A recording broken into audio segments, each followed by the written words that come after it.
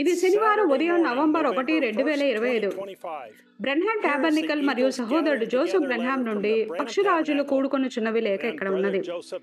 ప్రియమైన ప్రత్యక్షపరచబడిన వాక్యమా, మనము దాని గురించి ఆలోచించగలమా? బైబిల్ గ్రంథమును రాసినట్టి ఆ మనుషుల మీదకు వచ్చిన అదే అగ్నిస్తంభము మనము అనుదినము వింటున్న అదే అగ్నిస్తంభమై ఉన్నది. అది మనకు బైబిల్ యొక్క మర్మములన్నింటినీ అనువదించున్నది. దేవుని యొక్క వాక్యము ప్రత్యక్షపరచబడినది.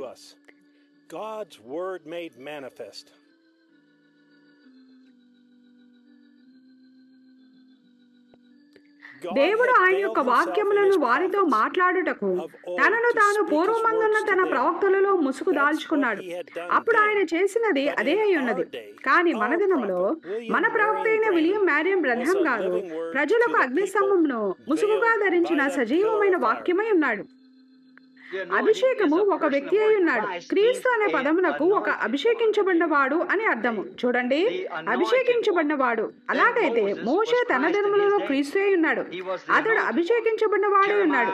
ఇర్మియా ఆ దినము కొరకైన వాక్య భాగమును కలిగి ఉండి తన దినములలో క్రీస్తు అయి ఉన్నాడు.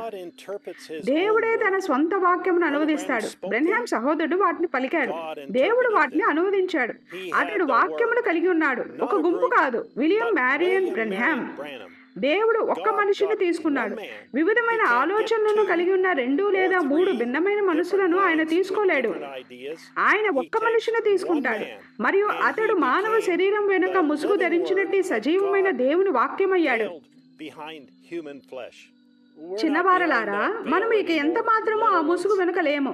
దేవుడు మీ ఎదుట పూర్తి దృశ్యములోనికి వచ్చాడు.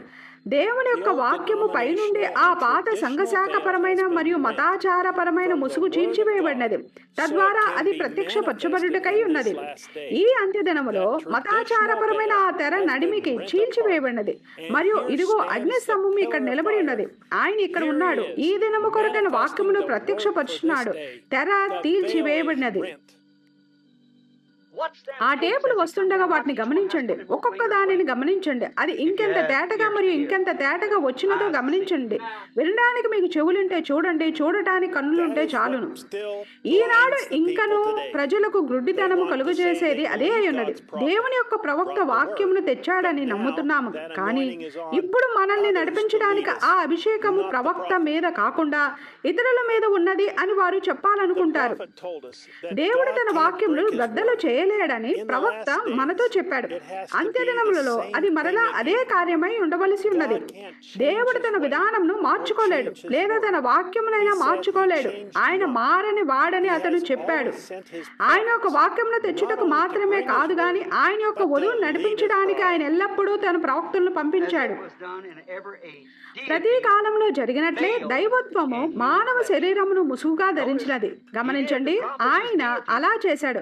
ప్రవక్తలు అనగా దైవత్వము ముసుగు ధరించుటే ఉన్నారు. వారు దేవుని యొక్క వాక్యము, అది సరియేనా, మానవ శరీరమును ముసుగుగా ధరించుటే ఉన్నారు. కావున చూడండి, మన మోషే అయ్యున్న యేసును కూడా వారు గుర్తించలేదు.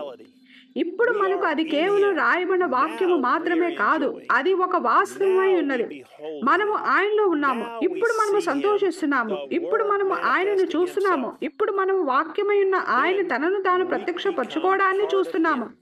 అప్పుడు మనము ఆయనలో భాగమవుతాము. ఆయనకు ముసుగుగా ఉండే తెర మనమే అయి ఉన్నాము. క్రీస్తు దేవునిలో ఉన్నలాగున క్రీస్తు మీలో ఉన్నంత వరకు మనము ఆయనలో భాగమై ఉన్నాము. మనము మన మానవ శరీరపు తెర వెనుక క్రీస్తుకు ఆలయముగా ఉంటున్నాము. మనము రాయబడిన పత్రికలమై ఉన్నాము. రాయబడిన వాక్యమై ఉన్నాము. మనము రాయబడిన వాక్యము ప్రత్యక్షపరచబడుటై ఉన్నాము. మరియు వాక్యము ప్రత్యక్షపరచబడటాన్ని మీరు చూసినప్పుడు మీరు తండ్రి అయిన దేవుణ్ణి చూస్తారు. ఎందుకంటే వాక్యము తండ్రి అయి ఉన్నాడు, వాక్యము దేవుడే ఉన్నాడు. మరియు వాక్యము ప్రత్యక్షపరచబడుట అనగా దేవుడు తానే తన స్వంత వాక్యమును తీసుకొని మరియు దానిని విశ్వాసుల మధ్య నెరవేర్చడమై ఉన్నది. విశ్వాసులే తప్ప దానిని మరేది జీవింపజేయలేదు.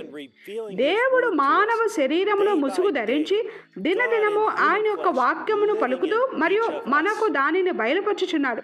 దేవుడు మానవ శరీరంలో మనలో ప్రతి ఒక్కరిలో జీవించుచున్నాడు. సహోదరు డాక్టర్ జోసెఫ్ బ్రెన్హామ్. వర్తమానము 64-06-14 దేవుని యొక్క ముసుగు తొలగించబడుట.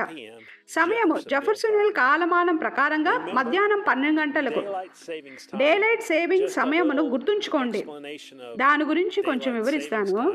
అమెరికా షదృతువులో సమయం 1 గంట వెనక్కి తగ్గుతుంది. ఆన్లైన్లో 1 గంట ముందుగానే సంఘము ప్రారంభమవుతుంది. మీరు దానిని అర్థం చేసుకొని మీ స్థానిక సమయంలో ప్రారంభిస్తారని నేను ఆశిస్తున్నాను. మరియు ఎడారి వెనుక వైపు నుండి దేవుడు మిమ్మల్ని దీవించునుగాక మరియు షలోం.